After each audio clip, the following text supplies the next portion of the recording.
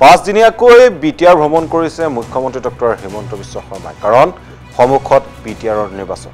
অৰ্থাৎ চমু চাপিছে বিটিআৰৰ নিৰ্বাচনক লৈ বাক্সাত কেইবাটাও গুৰুত্বপূৰ্ণ মন্তব্য কৰিছে মুখ্যমন্ত্ৰীয়ে বিজেপিয়ে বিটিআৰত শক্তি দেখুৱাবলৈ নিৰ্বাচন নেখেলে পুনৰবাৰ কৈছো মুখ্যমন্ত্ৰীৰ বাক্য আমাৰ বাক্য নহয় মুখ্যমন্ত্ৰীগৰাকীয়ে কৈছে যে বিজেপিয়ে বিটিআৰত শক্তি দেখুৱাবলৈ নিৰ্বাচন নেখেলে বিটিআৰৰ শান্তি আৰু বিকাশৰ বাবেহে নিৰ্বাচনত অৱতীৰ্ণ হ'ব বিজেপি বিটিআৰ চুক্তি সফল হৈছে আৰু বিটিআৰৰ সীমা গহপুৰলৈকে বিস্তাৰিত হ'ল আৰু কংগ্ৰেছৰ ক্ষমতাৰ ৰাজনীতি বিজেপিয়ে মানুহৰ ৰাজনীতি কৰে বুলিও মন্তব্য কৰিছে মুখ্যমন্ত্ৰীগৰাকীয়ে বাক্সাত বিটিআৰ নিৰ্বাচনক লৈ কেইবাটাও গুৰুত্বপূৰ্ণ মন্তব্য কৰিছে মুখ্যমন্ত্ৰীয়ে তাৰ সমান্তৰালভাৱে মুখ্যমন্ত্ৰীগৰাকীয়ে এটা কথা স্পষ্ট কৰিছে যে ইতিমধ্যে যেহেতু ৰাজনৈতিক প্ৰেক্ষাপট স্পষ্ট হৈছিল যে বিটিআৰত বিজেপিয়ে অকলেই নিৰ্বাচনত অৱতীৰ্ণ হ'ব তেওঁলোকে প্ৰাক নিৰ্বাচনী কোনো মিত্ৰতাত অৱতীৰ্ণ নহয় আৰু সমানে হাগ্ৰামা মহিলাৰ আৰু প্ৰমোদ বড়োৰ দুই পক্ষৰ লগতে সমানে তেওঁলোকে দুই কুল ৰক্ষা কৰি চলি আছে বিজেপি তেনে প্ৰেক্ষাপটত মুখ্যমন্ত্ৰীগৰাকীয়ে এটা কথা কৈছে যে ক্ষমতাৰ বাবে বিজেপিয়ে ৰাজনীতি নকৰে বিজেপিয়ে ৰাজনীতি কৰিব বিটিআৰৰ শান্তি আৰু বিটিআৰৰ বিকাশৰ বাবে তাৰ সমান্তৰালভাৱে কংগ্ৰেছৰ বিৰুদ্ধেও উচ্চাৰ হৈছে মুখ্যমন্ত্ৰীগৰাকী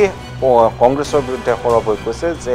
কংগ্ৰেছেহে ক্ষমতাৰ ৰাজনীতি কৰে সেয়া বিজেপিয়ে নকৰে বিজেপিয়ে কৰে মানুহৰ ৰাজনীতি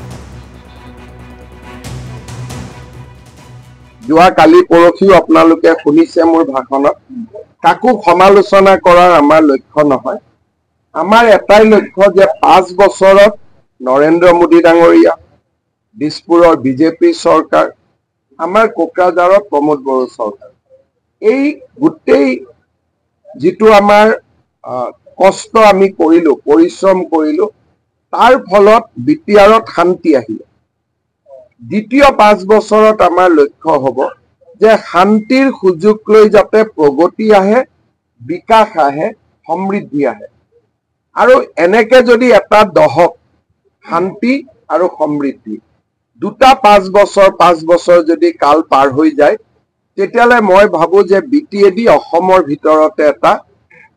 আটাইতকৈ বিকশিত অঞ্চললৈ ৰূপান্তৰ হ'ব সেইকাৰণে আমি কৰবাত যে এই সিটৰ কাৰণে কাজিয়া কৰিম অমুক কৰিম সেইটো আমাৰ লক্ষ্য নহয় আমাৰ লক্ষ্যটো হ'ল যে বিটিএডিত নতুন পলিটিক্যাল কালচাৰ এটা আনিব লাগে কাজিয়া পেছাল কাৰো নাই সকলোৱে মিলা মিছাকৈ ইলেকশন খেলিছে আৰু বিটিআৰত এবাৰ বন্দুক বাৰুদ নোহোৱাকৈ ডেমক্ৰেটিক ইলেকশন এটাৰ খুব প্ৰয়োজন আছে যে টকা পইচাৰো প্ৰলোভন নাথাকিব বন্দুকৰো প্ৰলোভন নাথাকিব হয় শংকা নাথাকিব এবাৰ যদি ডেমক্ৰেটিক ইলেকশন এটা হয় সকলো জাতি জনগোষ্ঠী ইজনে সিজনৰ ওচৰ চাপি আহিব কাৰণ এজন মই বড়ো কেণ্ডিডেট মোক বড়োৰ ভোট